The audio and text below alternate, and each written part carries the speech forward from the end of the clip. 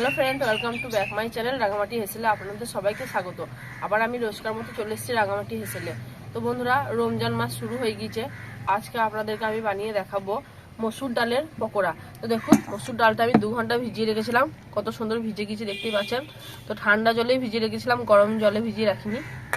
তো কত সুন্দর ভিজেছে দেখতেই পাচ্ছেন, কত সফট হয়েছে। তো পকোড়া বানানোর জন্য প্রথমে মসুর ডালটাকে 2 ঘন্টা ভিজিয়ে নেবেন। তো এরপর আমি কি দিচ্ছি সেটা দেখুন।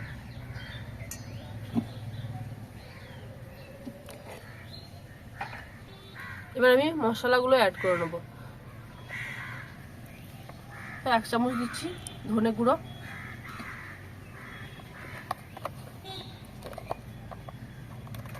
1 চামচ দিচ্ছি জিরে গুঁড়ো,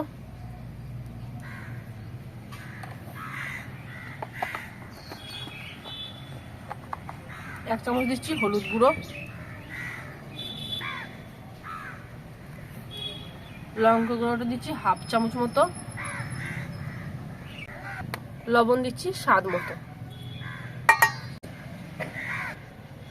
এবার দিচ্ছি গরম মশলাও দিচ্ছি 1/2 চামচ মতো। আদা রসুনের পেস্ট দিচ্ছি 2 চামচ মতো দেব।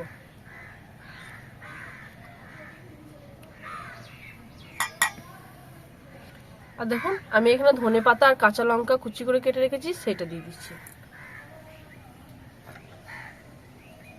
কুচি করে রাখা পেঁয়াজ দিয়ে দিচ্ছি। এবার মিশ্রণটাকে আমাকে খুব ভালোভাবে মিক্সড করতে হবে। এখানে আমি কোনো জল ব্যবহার করব না বন্ধুরা।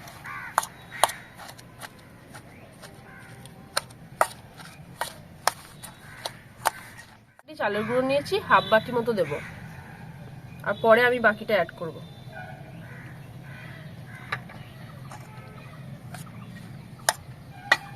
তো আমাকে হাতে করে ভালোভাবে মেখে নিতে হবে, এটা চামচে করে মাখলে হবে না।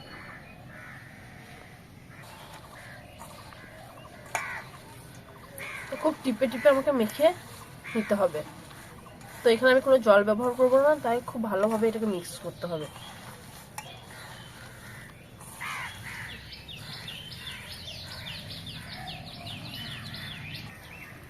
এবার দেখুন, বাকি যে চালের গুঁড়োটা ছিল সেটাও দিয়ে দিচ্ছি। তো আমি এবার খুব ভালোভাবে মিক্সড করে নেব।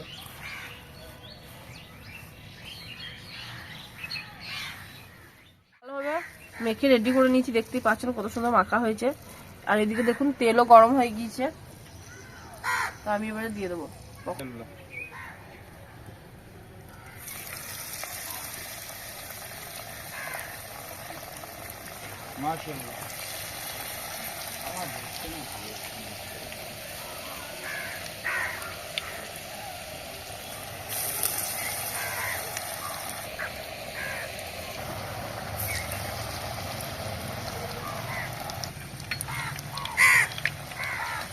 দেখুন, আমি উল্টিয়ে দিচ্ছি বড়াগুলো।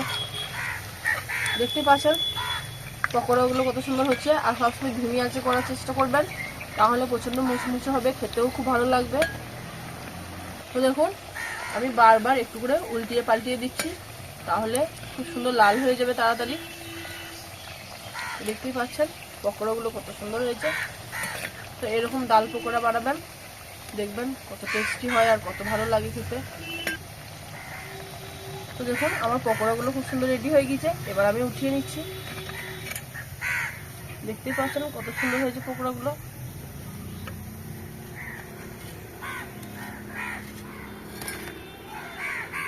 আমি একই পদ্ধতিতে আবার পকোড়াগুলো তেলের মধ্যে ছেড়ে দেবো।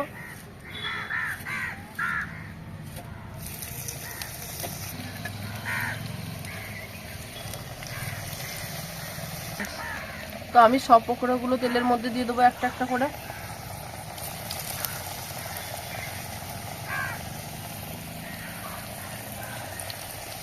তো আমি 4টে করেই দিচ্ছি, বেশি দেবো না। তো বন্ধুরা, সব পকোড়া ভাজা হয়ে গেছে, দেখতেই পাচ্ছেন। তো আমি উল্টিয়ে পাল্টিয়ে সব ভেজে নিলাম। কত সুন্দর হয়েছে দেখছেন, লালচে কালার হয়েছে, একদম সুন্দর আর মুচমুচেও হয়েছে।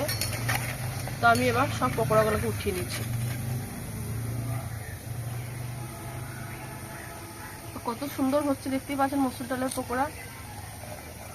তো রোজার ইফতারির জন্য আপনারা সকলে বাড়িতে বানাতে পারেন।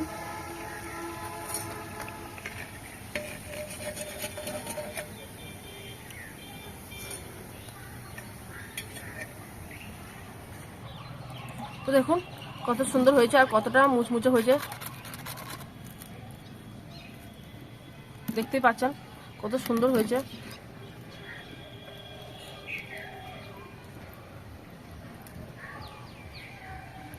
কত সুন্দর হয়েছে দেখতে পাচ্ছেন পকোড়াগুলো, একদম মুচমুচে।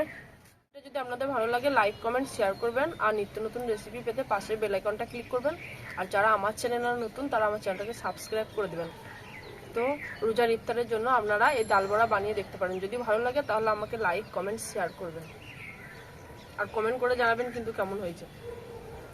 তো বন্ধুরা ভালো থাকবেন, সুস্থ থাকবেন। Thank you so much.